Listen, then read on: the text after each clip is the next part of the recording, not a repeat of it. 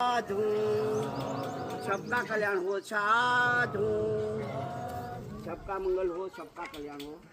સૌ પ્રથમ આપણે બોલ્યા કે બુદ્ધંગ નમામી, મ નથી ગ છે. પાલી ભાષામાં મ શબ્દ જ નથી ક્યાંય. આપણે પહેલેથી મ બોલીએ છીએ, પણ મની જગ્યાએ ગ બોલવાનો વિનમ્ર પ્રયાસ કરવાનો. સૌ પ્રથમ આપણે બોલ્યા કે બુદ્ધંગ નમામી, બુદ્ધને નમન કરીએ છીએ. પછી આપણે બોલ્યા કે ધમંગ નમામી, ધમને નમન કરીએ છીએ.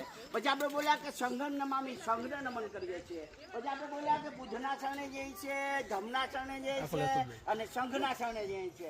પછી આપણે બોલ્યા કે બીજી વખત બુદ્ધના શરણે જઈએ છે, બીજી વખત ધમના શરણે જઈએ છે અને બીજી વખત સંઘના શરણે જઈએ છે. પછી આપણે બોલ્યા ત્રીજી વખત બુદ્ધના શરણે જઈએ છે, ત્રીજી વખત ધમના શરણે જઈએ છે અને ત્રીજી વખત સંઘના શરણે જઈએ છે. ધમ અને ધર્મ બે અલગ વસ્તુ છે.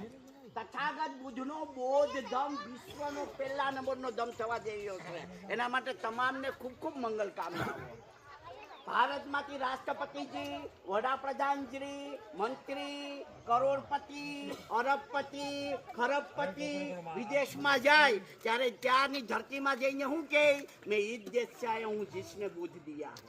તમે જોજો, બુદ્ધં શરણં ગચ્છામિ. બૌદ્ધ ધમ દયાનો ધમ છે, બૌદ્ધ ધમ કરુણાનો ધમ છે, બૌદ્ધ ધમ મૈત્રીનો ધમ છે, બૌદ્ધ ધમ સમાનો ધમ છે. બૌદ્ધ ધમ તમે સંકલ્પ કરો અને આખી જિંદગી સંકલ્પને નિભાવો, એ ધમ છે. તમે જોજો, બૌદ્ધ ધમ ખોદણીનો ધમ નથી, બૌદ્ધ ધમ નિંદા ટીકાનો ધમ નથી.